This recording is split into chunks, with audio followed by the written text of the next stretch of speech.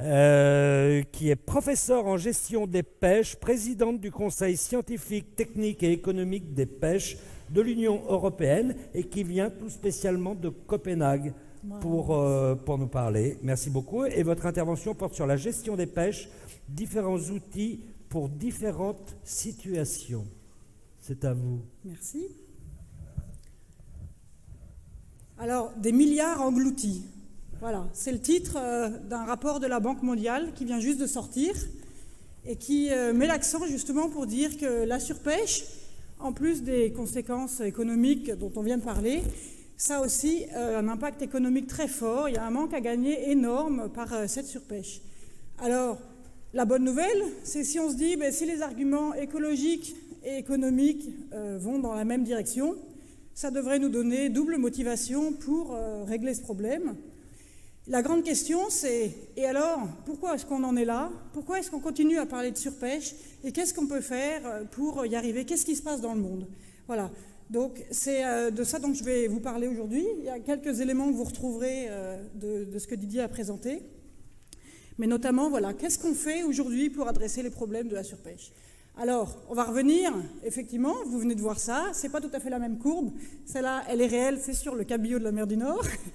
Mais en gros, la quadrature du cercle, c'est ça. C'est comment faire pour pêcher moins pour pêcher plus. Alors, on vient de revoir ce petit schéma. Effectivement, le tonnage moyen, ça varie tous les ans. Il prend cette courbe. Et si on a juste un petit pêcheur, voilà, je vais faire vite, Didier vous a expliqué ça. Voilà, un petit pêcheur, il va prendre quelques poissons, pas beaucoup, mais des gros. Il nourrira pas l'humanité avec ça. Et ensuite, effectivement, plus on a de bateaux, et plus ils pêchent nombreux et beaucoup, et plus les gros poissons diminuent, il y en a de moins en moins, etc. Voilà, Didier vous l'a expliqué très bien. Donc l'idée, pêcher moins pour pêcher plus, effectivement, il n'y a pas de mystère, il faut réduire l'activité de pêche. Non seulement il faut la réduire, mais ensuite il faut la maintenir à ce niveau d'équilibre qui permettra d'avoir le tonnage maximum, le fameux RMD dont on a parlé. Donc la quadrature du cercle, pêcher plus pour pêcher moins pour pêcher plus, ça veut dire pêcher moins aujourd'hui pour pêcher plus demain. Alors, effectivement, pourquoi c'est si difficile? C'est parce que toute cette pêche, elle rentre très très vite dans un cercle vicieux, c'est-à-dire on pense beaucoup à court terme. Alors comme on pense à court terme, on fait des quotas un peu supérieurs à ce qu'il faudrait, et donc les stocks diminuent, et donc on n'est pas très profitable. Alors comme on n'est pas très profitable, on va tricher un peu sur les déclarations de pêche, et puis comme on triche un peu, les données de pêche sont pas très bonnes, donc on ne sait pas très bien où on en est, etc. Et comme on ne sait pas où on en est, on ne peut pas tellement faire du long terme, etc.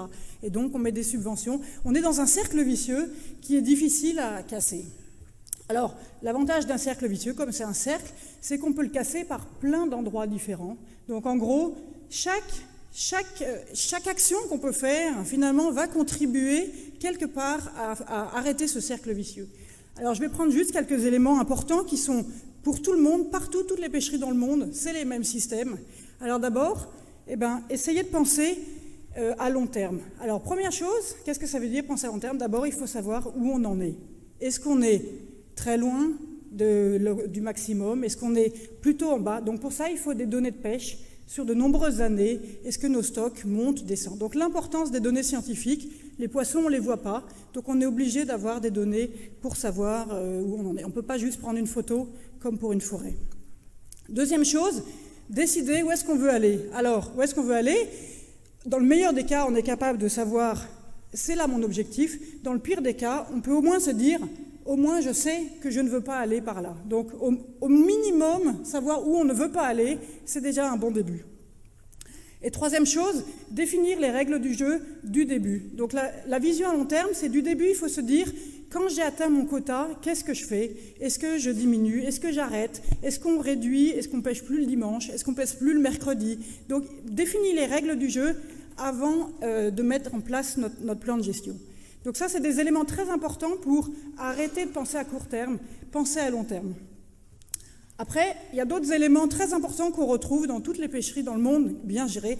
C'est pas moi qui le dis, c'est une prix Nobel d'économie, Elinor Ostrom, qui a fait beaucoup d'analyses là-dessus.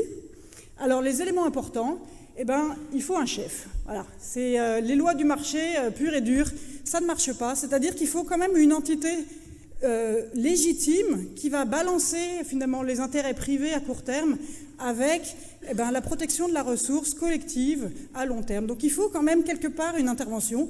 Ça peut être un chef de tribu, ça peut aussi être l'Union européenne ou ça peut être effectivement les gouvernements. Et un autre élément aussi très important, c'est la lutte contre la piraterie. Parce que c'est vrai que si on fait des efforts pour réduire la pêche et que par derrière, il y a des pirates, il y a des bateaux non déclarés qui viennent récolter votre champ derrière vous quand vous avez le dos tourné, ça casse tous les efforts. Donc ça, c'est vraiment des éléments, je dirais, très importants qu'on retrouve partout pour réussir à améliorer la pêche.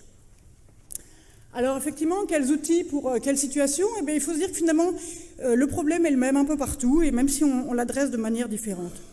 Classiquement, dans nos pêcheries occidentales, en Australie, aux États-Unis, souvent on a un assez bon suivi des données, on connaît bien là où on en est, on a quand même du contrôle, c'est des gros bateaux, ils débarquent en criée, on sait ce qu'ils font, on sait où ils sont. Donc on a des systèmes comme ça de quotas un peu annuels, et qu'on partage un peu chaque année, donc chacun a sa part, chaque pays a sa part, et ensuite dans un pays, chaque village a sa part, chaque criée a sa part, et même dans beaucoup de pays, finalement, on a ce qu'on appelle des quotas individuels, donc chaque pêcheur lui-même a sa part, il en fait ce qu'il en veut, il l'utilise, parfois même il peut le vendre. Les quotas individuels, ils n'ont pas toujours très bonne presse, notamment en France, parce qu'on a toujours cette idée un peu du capitalisme sauvage, comme on a eu en Islande, par exemple. Mais il faut savoir qu'il y a beaucoup de manières de faire comme ça, un peu utiliser les lois du marché, tout en maintenant un peu un côté social. Et le meilleur exemple, c'est la Suède, qui est quand même un pays tout à fait égalitaire et écologiste, qui vient de passer aussi à des systèmes comme ça de quotas individuels, de manière très encadrée, et tout à fait égalitaire. Voilà. Donc dans l'Union européenne, c'est vrai que c'est quand même ça qu'on fait beaucoup. Et effectivement, progressivement, on est quand même en train de restaurer nos stocks en Europe. Là, je vous montre donc des statistiques du CSTEP sur les grands stocks de pêche. Voilà. Et donc, effectivement, sur les grands stocks de pêche, surtout en mer du Nord et dans les pêcheries atlantiques, progressivement, on monte, ça c'est le nombre de stocks qui sont exploités durablement, au sens où vous l'a expliqué Didier. Donc on va quand même plutôt dans la bonne direction, ça prend du temps, mais la machine est lancée, et a priori, on ne retournera pas comme dans ces situations qu'on a connues dans les années 2000. Après, à l'inverse, c'est vraiment qu'est-ce qui se passe dans l'énorme majorité des pêcheries du monde, toutes les pêcheries artisanales dans les pays émergents où il y a des milliers et des milliers de petits bateaux. Alors là, ça fait 40 ans qu'on regarde Thalassa à la télévision, on sait qu'il se passe plein de choses, il y a quand même plein d'analyses, il y a quand même plein d'efforts qui se font au cas par cas, des petits pas, des grands pas, mais il y a quand même énormément de choses à faire. Et quand même très souvent, ça va dans ces idées, d'abord, effectivement, lutter contre la pêche illégale, maintenir le poisson pour les pêcheurs locaux, et aussi engager les pêcheurs, donc leur donner des droits de pêche, leur donner finalement un droit de regard, un droit de propriété sur ce qu'ils font, aider à déclarer le capture, savoir où on en est, savoir où est-ce qu'on va, etc. Donc là, il y a énormément de choses qui se font, c'est des petits pas, mais on ne peut pas dire que le nombre de pêcheries qui sont vraiment Far West, où il ne se passe rien, est en nette diminution. Donc ça va quand même dans la bonne direction. Et puis après, entre les deux, on a la Méditerranée. La Méditerranée, entre le nord et le sud, et je trouve ça tout à fait passionnant, parce que la Méditerranée, elle combine un peu les problèmes du sud, avec des milliers et des milliers de petits bateaux, mais tout en ayant la force du Nord, parce qu'il y a toute cette force de l'Europe qui oblige un peu tous ces pays européens, qui oblige un peu la Méditerranée à se regarder en face, et qui, surtout là, depuis 1 an ou 2, qui lance tout un tas de campagnes en disant « on va y arriver, on peut faire mieux que ça ». Effectivement, la Méditerranée, on le voit, elle est en train de finalement reprendre des problèmes qu'on croyait irrésolubles. Et donc, progressivement, on voit tous ces pays méditerranéens qui font des plans de gestion, d'abord un peu locaux, et puis de plus en plus en collaboration les uns avec les autres, qui essayent de limiter l'effort, améliorer la collecte des données. Donc, ça va pas très vite, mais encore une fois, l'initiative est lancée, et je pense que dans 10 ans, on pourra regarder en arrière en disant « la Méditerranée, on ne l'a pas laissé tomber, et on a réagi avant qu'il soit vraiment trop tard ». Donc, je pense que ça, c'est quand même des messages importants à faire passer, c'est qu'il n'est jamais trop tard. Voilà. Donc, pour conclure un peu ce que je voulais vous expliquer aujourd'hui, à retenir, donc effectivement, pêcher moins aujourd'hui pour pêcher plus demain. Et ça, c'est très important, c'est que les bénéfices sont énormes. Les bénéfices écologiques, les bénéfices économiques sont énormes. Donc réduire l'activité de pêche, ça profitera à l'ensemble de l'humanité, et y compris au secteur de la pêche, qui sera plus profitable. Deuxième chose, il n'est pas trop tard pour agir. Et ça, c'est ça qui est très important avec la pêche, c'est que ça réagit relativement vite. Tant qu'on n'a pas complètement décimé nos océans, tant qu'ils sont encore pas trop chauds, pas trop acides, qu'on est encore dans des conditions relativement productives, et bien finalement, il suffit de peu de temps, en 2 ans, 4 ans, 5 ans, on commence à voir effectivement les stocks qui remontent quand on a amélioré la gestion de la pêche. Donc il ne faut pas trop tarder, mais il ne faut pas baisser les bras. Savoir où on est, savoir où on va, encore une fois, très important. Les poissons, on ne les voit pas. Donc, si on n'a pas toute cette idée des collectes de données, des modèles scientifiques, etc., qui nous aident à savoir où on en est, on n'a à peu près aucune idée de savoir si ce qu'on fait, ça marche ou ça ne marche pas. Donc, toujours des données, des faits, et toujours essayer de valider ce qui est fait. Parce qu'on a beaucoup de croyances et pas toujours beaucoup de faits. Et puis, cette idée, voilà, qu'il faut balancer, intégrer les pêcheurs, en gardant aussi cette instance supérieure. C'est ce qu'on appelle un croisement entre le top-down et le bottom-up. Donc il faut vraiment responsabilité des gens et en même temps ne pas tout laisser à la loi du marché.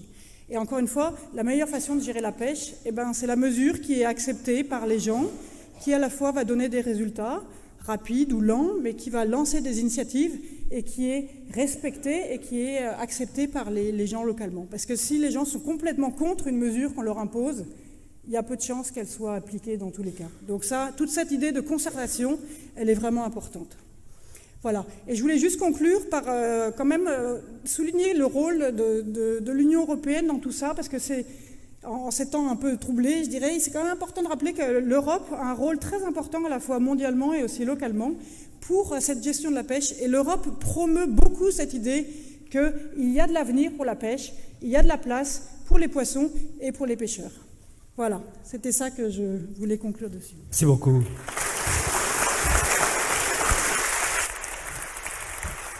Venez nous rejoindre.